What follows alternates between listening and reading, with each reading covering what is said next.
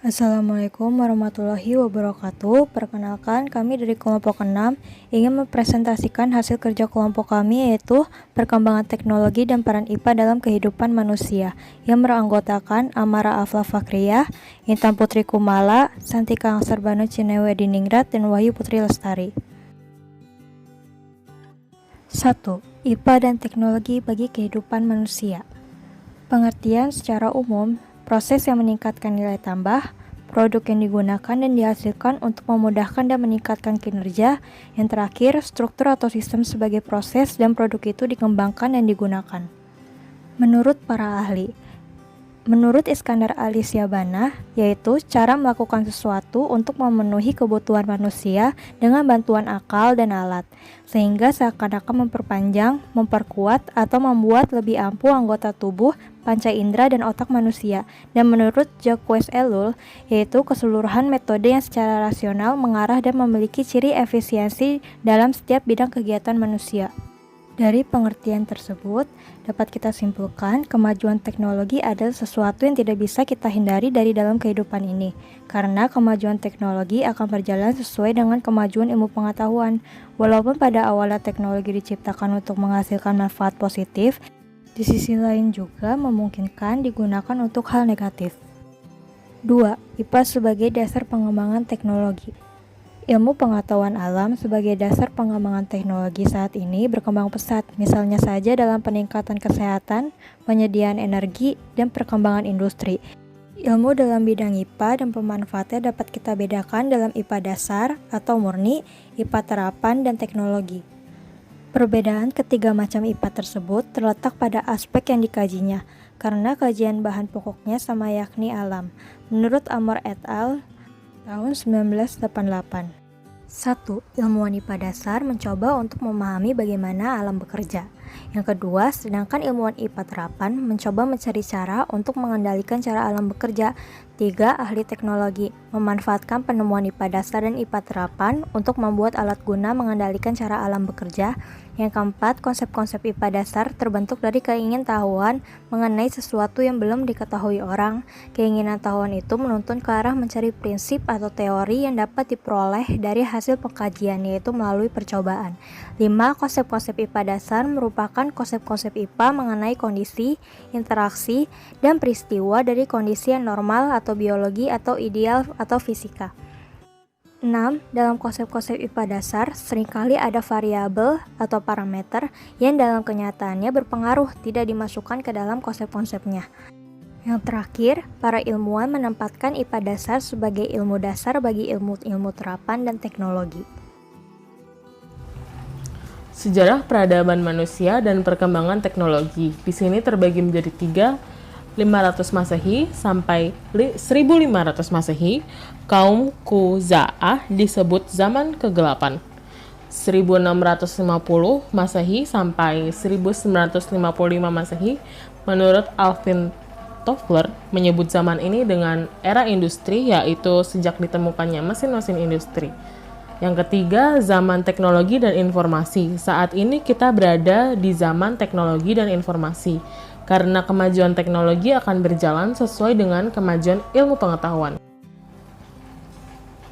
Untuk melengkapi kecerdasan iptek para pelajar, diperlukan pula penyelarasan pengajaran iptek dengan pengajaran imtak, sehingga terbentuklah manusia-manusia cerdas dan bermoral yang dapat menghasilkan berbagai teknologi yang bermanfaat bagi umat manusia. Maka dari itu, berikut ini adalah 4 aspek penting untuk pembentukan manusia-manusia yang bermoral yang dapat menghasilkan berbagai teknologi yang bermanfaat bagi umat manusia. Di antaranya, yang pertama, learning to know akan dapat memahami dan menghayati bagaimana suatu pengetahuan dapat diperoleh dari fenomena yang terdapat dalam lingkungannya. Yang kedua, learning to do, yaitu menerapkan suatu upaya agar para generasi menghayati proses belajar dengan melakukan sesuatu yang bermakna. Yang ketiga, learning to be, proses pembelajaran yang kemungkinan lahirnya manusia terdidik yang mandiri. Yang keempat, learning to live together, pendekatan melalui penerapan paradigma untuk pengetahuan seperti pendekatan menemukan dan pendekatan menyelidik akan memungkinkan para generasi menemukan kebahagiaan dalam belajar. Selanjutnya ada manfaat dan dampak dari ilmu pengetahuan alam dan teknologi. Perkembangan ilmu pengetahuan alam dan teknologi semakin pesat tiap tahunnya. Perkembangan ini seiring dengan bertambahnya manfaat dan dampak dari ilmu pengetahuan alam dan teknologi ke kehidupan manusia. Namun, pesatnya kemajuan iptek juga cukup banyak membawa pengaruh negatif dan positif. Yang pertama, pada bidang informasi dan komunikasi. Dampak positifnya yaitu mendapatkan informasi lebih cepat dan akurat, dapat berkomunikasi dengan mudah, dan mendapatkan berbagai bentuk pelayanan dengan mudah. Dampak negatifnya, yang pertama, pemanfaatan jasa komunikasi oleh jaringan teroris, penyebaran informasi yang salah atau hoax, penipuan, kerahasiaan yang semakin terancam, dan kecemasan teknologi. Selanjutnya pada bidang ekonomi dan industri. Dampak positifnya yang pertama, terciptanya mesin-mesin canggih yang mempermudah produksi, tingginya pertumbuhan ekonomi, dan penyerapan dan kualifikasi tenaga kerja. Dampak negatifnya, meningkatnya angka pengangguran bagi tenaga kerja yang tidak mempunyai kualifikasi yang sesuai dengan yang dibutuhkan, banyaknya limbah industri, dan tingginya sifat konsumtif boros sehingga melahirkan generasi yang secara moral mengalami kemerosotan. Selanjutnya pada bidang sosial dan budaya. Dampak positifnya yang pertama dapat membuat budaya lebih dikenal melalui internet, perbedaan kepribadian pria dan wanita. Banyak pakar yang berpendapat bahwa kini semakin besar porsi wanita yang memegang posisi sebagai pemimpin. Yang terakhir ada meningkatkan rasa percaya diri.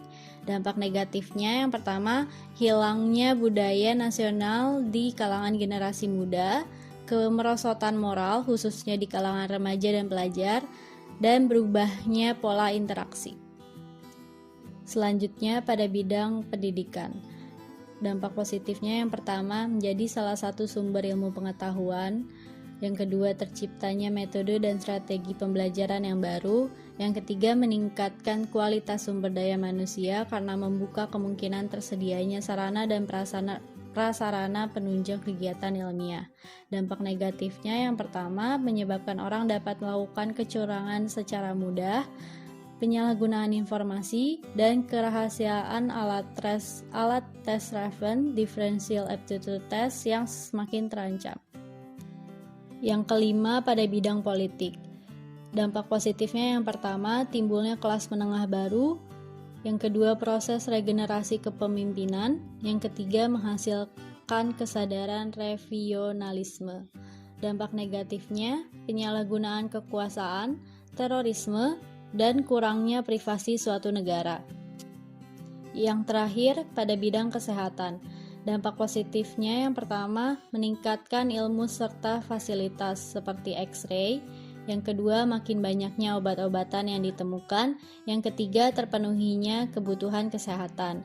Dampak negatifnya terancamnya rahasia alat tes kesehatan. Selanjutnya ada IPA dan teknologi masa depan.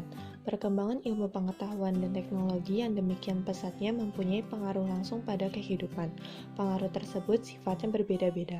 Yang jelas, perkembangan itu mempengaruhi 4 bidang, yaitu 1. Bidang intelektual, meninggalkan kebiasaan lama dan mengambil kebiasaan yang baru.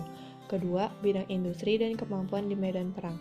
Ketiga, perubahan yang dibawakannya pada organisasi-organisasi sosial, lambat laun merambat dalam kehidupan politik. Keempat, perubahan maupun benturan terhadap tata lingkungan. Peranan IPA dan teknologi dalam sumber daya alam. Pertama, ada minyak bumi. Minyak bumi merupakan sumber daya alam yang paling utama dalam memenuhi kehidupan energi dunia. Namun, minyak bumi merupakan sumber daya alam yang tidak dapat diperbarui. Kedua, ada batu bara. Batu bara tergolong sumber daya alam yang tidak dapat diperbarui, namun bahan tersebut dapat didaur ulang. Ketiga, air. Air merupakan sumber daya alam yang dapat diperbaharui, tapi pembersihan itu tidak selalu sempurna, sehingga air bersih semakin hari semakin menurun kuantitas dan kualitasnya. Keempat, ada hutan dan hewan. Hutan dan hewan atau ternak merupakan sumber daya alam yang dapat diperbaharui, tetapi teknologi modern dapat mengakibatkan sumber daya alam tersebut menjadi tidak lagi dapat diperbaharui. Misalnya, penebangan hutan yang tidak terkendali menyebabkan tanah gundul dan erosi, dan penangkapan ikan memakai pukat harimau mengancam kelangsungan hidup ikan. Yang terakhir ada tanah. Tanah merupakan sumber daya alam yang dapat diperbaharui. Namun, bila pemakaiannya melampaui batas, tanah akan menjadi rusak. Atau sebaliknya, tanah dibiarkan dalam keadaan kosong dan terkena erosi yang terus-menerus sehingga kesuburannya hilang. Peranan IPA dan teknologi dalam sumber daya alam memiliki dampak positif dan juga dampak negatif. Dampak positif diantaranya yang pertama, perkembangan iptek dapat membuka lapangan pekerjaan baru bagi manusia berperan, baik tenaga maupun pikiran. Kedua, perkembangan iptek dapat mendorong manusia untuk mendayagunakan sumber daya alam secara lebih efisien dan juga efektif. Ketiga, perkembangan iptek dapat meningkatkan kualitas SDM atau keterampilan dan kecerdasan manusia karena membuka kemungkinan tersedianya sarana dan prasarana penunjang kegiatan ilmiah. Lalu ada dampak negatif diantaranya yang pertama, semakin meningkatnya pengangguran karena pekerjaan yang semula dikerjakan oleh manusia diganti oleh mesin. Kedua, karena teknologi mengamankan hidup manusia tanpa disadari, lambat laun dapat mematikan imajinasi dan perasaan serta kejiwaan manusia. Terima kasih, sekian yang dapat kami sampaikan, kurang lebihnya mohon maaf. Wassalamualaikum warahmatullahi wabarakatuh.